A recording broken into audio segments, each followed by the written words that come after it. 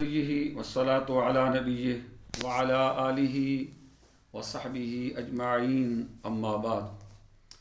محتشم سامعین و ناظرین محترم، آج 28 فروری 29 شعبان المعظم 2025 ماہ مقدس رمضان المبارک کی آمد ہے۔ تو اس سلسلے میں آپ ماہ مقدس کی تیاری فرمائیں۔ اللہ تعالیٰ جل جلالہ خاص کرم فرماتا ہے مسلمانوں پر کہ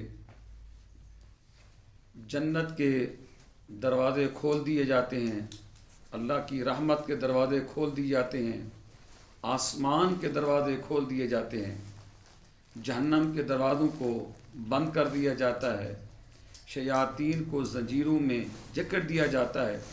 کتنا انعام فرمایا اللہ تعالیٰ نے رسول اللہ صلی اللہ علیہ وسلم کی امت پر حضور کے صدقے، کیونکہ کملی والا تشریف لائے، اللہ تعالیٰ جل جلالہ نے ساری کائنات کو منور فرمایا، اور حضور کے نالین پاک کے صدقہ سے اللہ نے ہمیں ماہ مقدس یہ مہینہ عطا فرمایا ہے۔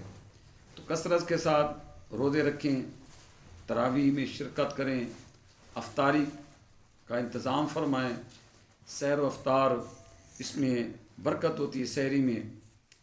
اور اس کی جب پہلی تاریخ ہے رمضان مبارک کی، تو جو دوست احباب تنگ دست ہیں، چاہتے ہیں رزق میں کشادگی ہو، تو ان کے لیے بڑا ایک مجرب وظیفہ آپ سے گزارش ہے کہ آپ نیکی کے ارادے سے، اور نیکی کو پھیلانا بھی صدقہ جاری ہے، تو ویڈیو کو ضرور شیئر بھی فرمایا کریں، سبسکرائب بھی کیا کریں، تاکہ آپ بھی ثواب میں شامل ہو جائیں۔